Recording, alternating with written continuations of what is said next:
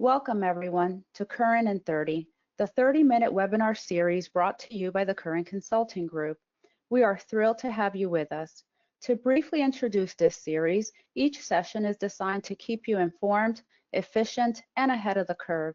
On the second and fourth Mondays of each month throughout 2026, we'll break down 3 key things you need to know about workplace drug screening, from emerging trends and regulatory updates to best practices and practical implementation tips. Thank you for joining us today, and let's dive right into the insights that matter most. I'm Greta Walsh of the Current Consulting Group, and today's presentation is titled Current in 30, 3 things to know about new drug testing laws from 2025. Today's presentation welcomes President and Founder of Current Consulting Group, Bill Current.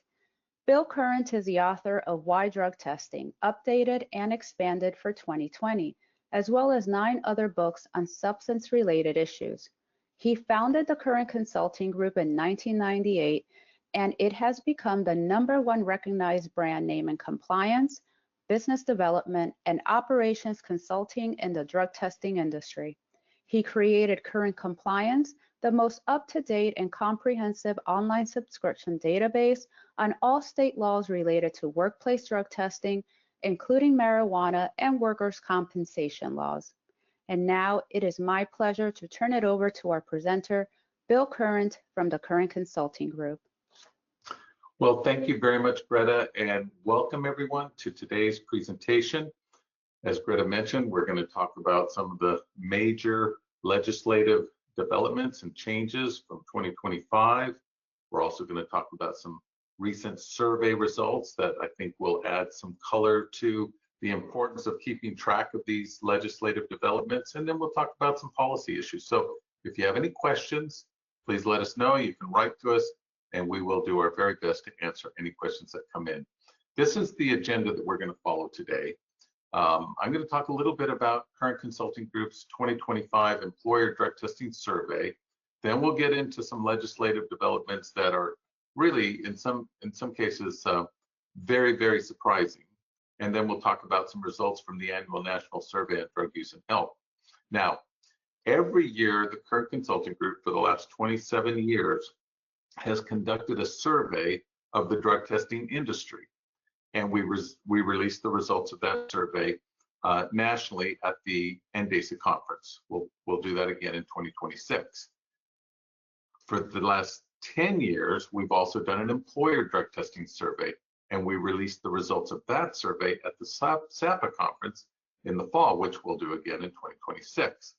Here's a little bit from that employer survey from 2025. We asked the question, why establish and maintain a drug testing program? And very interesting, there were lots of different answers given, but the one that kept appearing the most was to promote a safe workplace. 78% of employers indicated that was their main reason for establishing and maintaining a drug testing program. And then when we asked the question, what benefits does your company realize from drug testing? 84% said drug testing improves safety in the workplace. So the #1 reason to establish and maintain a drug testing program is to promote safety in the workplace. And the #1 benefit that most employers indicate they get from drug testing is improved safety in the workplace. So when we ask the question, does drug testing work? Absolutely, it works. It helps to create a safer workplace, which in turn lowers workers' comp premiums and insurance costs and all the things that go along with that. Now, we also asked the question, speaking for yourself, do you consider drug testing effective? 70% said yes, very effective, which was up from 66% the previous year.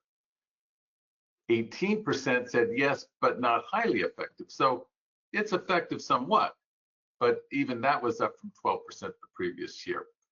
That category right in between the blue and the gray bars, the orange one, 8% said they weren't sure how. Yes, it's effective, but they weren't sure how. That's part of what we're going to talk about today. When we talk about state drug testing laws and legislation that's recently been passed that affects drug-free workplace programs, compliance with those laws is one of the most important ways to determine the effectiveness of your drug testing program. Are you in compliance with the laws? Is your policy up to date with the latest changes to the state laws that apply to your company? We write hundreds of drug testing policies every year at the Current Consulting Group. That's part of our core compliance business. And one of the questions I've been asked all of my 30-something years in the drug testing industry is, we're in multiple states. Which state law do we need to base our policy on? Which state law do we need to comply with? And the answer to that is all of them. If you're in 30 states, you may base your policy on your home state of Texas, for example, but you still have to have addendums to your policy for all the state laws that apply to you that differ from the legal requirements in your base policy, which is based on Texas. So that's why it's important to stay up to date on legislative changes at the state level. So we're gonna get into some of that. But before we do, I wanted to share another question from our survey, which was, what are the biggest challenges to performing drug tests? And you can see at the very top there, 36% said arranging collections and 40% said getting test results in a timely manner. Those are important results because they kind of go to the day-to-day obstacles that many employers face when it comes to drug testing. Getting a collection arranged and getting results back in a timely manner. I think that bodes well for determining how you're going to drug test. Another area that determines how you're going to drug test is staying up to date on state laws. And so a little bit further down where you see those three arrows, 25% said state drug testing laws are one of their biggest challenges. And 34% said the legalization of marijuana. Many of those state marijuana laws have workplace language in them. And then 20% said just keeping up our policy, keeping our policy up to date from year to year. We asked the question in a different part of our survey, when was the last time you updated your drug testing policy? And it was like 34% said it had been 3 years or longer since they had last updated their policy. But you'll see from today's presentation that with the massive amount of drug testing related bills that are introduced at the state level every year, which are in the hundreds, sometimes more than 500 bills will be introduced at the state level, that if passed and enacted would have a direct impact on workplace drug testing programs. You can see why it would be really, really important to keep your policy up to date every year. So review it and update it if necessary, if the state laws that apply to your company have been affected by any legislative changes. So let's launch into a review of 2025 major legislative developments. We'll talk about whether or not they're trends or one-off type of changes, and then we'll talk a little bit about what to look for in 2026. So in 2025, we saw a continued wave of state level updates. This reshapes how drug testing is conducted in the workplace in those states. And I'm going to give you some very specific examples.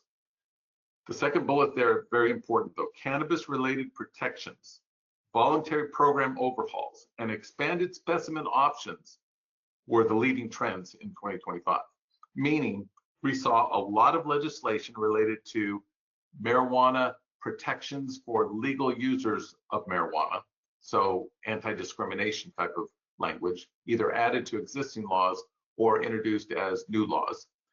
We also saw some movement with voluntary drug testing laws. These are states that don't mandate every employer that does drug testing to do it a certain way, but if you want to get a benefit from the state, like a workers' comp premium discount, you must drug test this way. You voluntarily choose to participate in the program. We saw some movement there. And then we also saw some movement with expanding the specimen options that employers can use to conduct drug testing. We're seeing a lot of movement toward oral fluid drug testing, whereas for many, many years, lab-based urine testing was sort of the dominant drug testing method. We're now seeing encroachment in that market share from either lab-based oral fluid testing or rapid result oral fluid testing. And then we would just recommend that employers be prepared for more state level legislative movement in 2026, because it's definitely going to happen. Okay, so let's look at some examples. Minnesota. Minnesota is a state with a mandatory drug testing law, and in 2024, changes to that law made it possible, and it was really to their laboratory licensing law that made it possible for employers to use rapid result or point of collection, POCT, oral fluid testing. That was a big development last year. In 2025, the medical marijuana protections were updated in the state with a direct impact on the workplace. And so essentially what happened was that they added language that put in place very strict written notice requirements when somebody tests positive for marijuana before any type of adverse employment action can be taken. So employers in Minnesota cannot discriminate based on an individual's medical cannabis enrollment, they're a card-carrying medical marijuana user, and cannabis positive test results, unless the use, excuse me, or impairment occurred at work. Well, that's a very kind of high bar to get over there. Proving impairment was directly related to the marijuana. But if the employer can show that there was use in the workplace, that would not be protected under these anti-discrimination language that's been put into the Minnesota law. Now, a lot of states that have medical marijuana laws do have language in those laws that protects the lawful use of marijuana by legal sort of registered or card-carrying medical marijuana users. Minnesota has just expanded that to require employers to give 14 days notice to an individual who tests positive for marijuana before any adverse employment action can be taken. That's a pretty significant development. And as we look toward the coming year, we might see other states with medical marijuana laws doing something like that. They're all looking for ways to sort of expand the anti-discrimination language in their programs, in their medical marijuana program. So we may see more of that next year. So also expect to see states further restrict pre-employment cannabis testing. And I've got an example of that coming up here in a second for you, and any penalties based solely on a positive drug test result for marijuana. Okay. Along with that, though, I think we're going to see sort of an expansion of impairment-based testing or exams. And some of this will start to make its way into state drug testing laws, or more appropriately, state marijuana laws, where it's not a drug test as much as it is an impairment test. And there's a lot of new technology coming out there. Now, Ohio has long been a very aggressive state when it comes to their voluntary drug testing law, which allows multiple tiers of discounts based on the type of testing program that you have in place.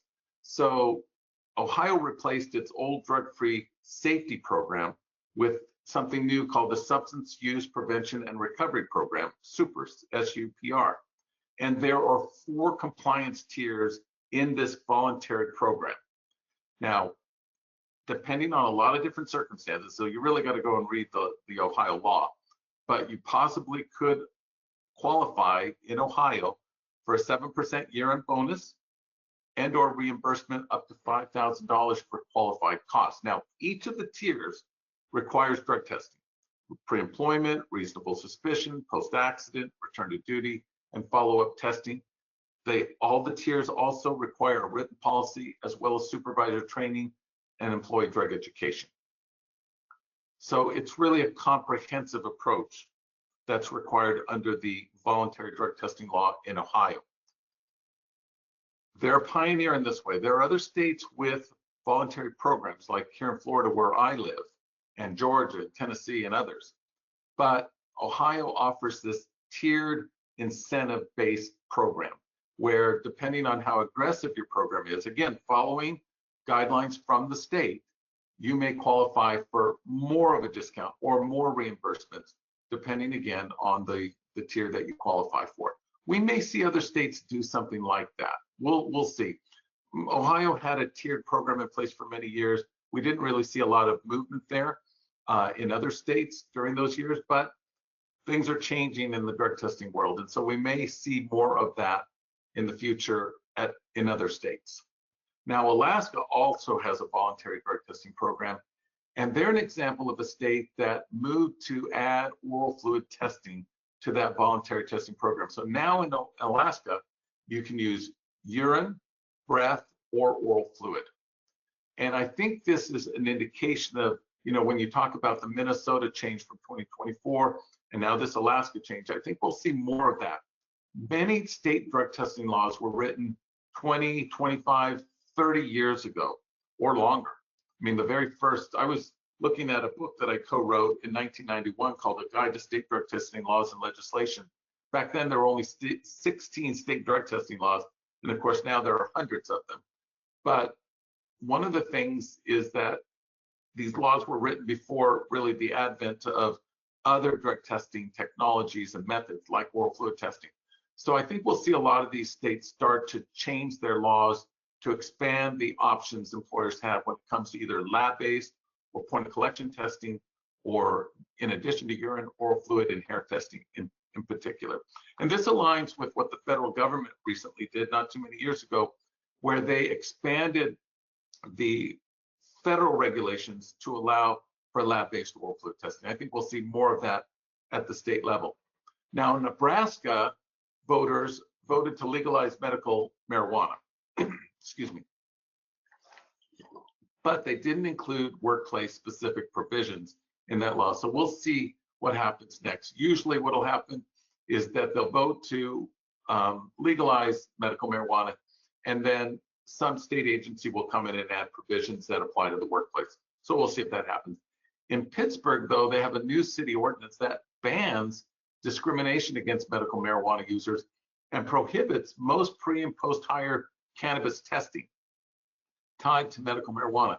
So I think we'll see more of that at maybe the municipal level, but it's new in Pittsburgh. So if you're in a city, you want to check to see if there's a city ordinance. Like Atlanta has one that applies to government workers. Philadelphia has a similar restrictive city ordinance that applies, generally speaking, like Pittsburgh. New York City has one as well. But these are usually sort of anti-discrimination protections that apply at the city level. A state law would supersede or trump that city law, but it's still good to know what they are, excuse me, so that you can make sure that your policy is up to date in every way when it comes to not just state laws, but also municipal ordinances. So going forward, recommend that you review and update your policies, especially if you're in any of these states or cities that we've talked about today: Minnesota, Ohio, Nebraska, Alaska, Pittsburgh. And if it's been 2, 3, 4 years since you last updated your policy, go back and check other states as well. You may want to reassess your cannabis testing strategy. Again, these laws don't typically prohibit testing for marijuana, although they can be very, very restrictive, especially like in states like New York and New Jersey and others. But you want to make sure you're in compliance with those state laws. And so that may require some changes to your policy. Consider looking at alternative testing methods like oral fluid testing, which is becoming more and more popular every year. And then keep an eye on any kind of voting, excuse me, any kind of voting that happens at your state level. And then consult with policy experts. Here at Kern Consulting Group, we would be happy to help you with any policy questions that you have. Now, just sort of as we come to the end of today's presentation, there's a survey that comes out every year from the federal government called the National Survey on Drug Use and Health. It's always a year behind. So in other words, when the 2025 report came out, it reflected the survey results from 2024. So when 2026 report comes out, it will reflect 2025.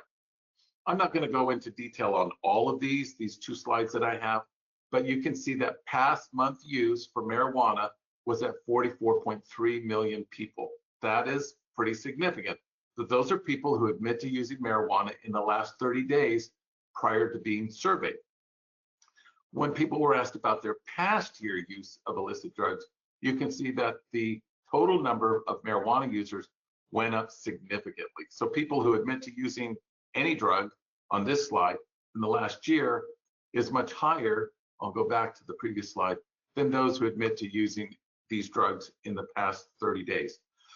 Now, the really great thing about the National Survey on Drug Use and Health is there's tons of data in there. You can break it down by regions of the country, by age groups, by gender, etc. great information. If you like to go through that, you'll find it very, very helpful. And then I would say that if you have any questions, please get a hold of us. We'd be happy to answer any questions. We've got some upcoming sessions coming up as well that I think you find very interesting. And with that, Greta, I'll turn it back over to you. Thank you, Bill, and thank you to everyone joining us today for today's edition of Current in 30. We hope these insights help you stay informed and confident in your workplace drug screening decisions. As a reminder, this presentation was recorded, and you will receive instructions in a few days informing you on how to access the recording via email. Remember, we'll be back every second and fourth Monday of 2026 with 3 new things you need to know. Be sure to follow the Current Consulting Group and check your inbox for upcoming session details. Until next time, stay current and have a great day.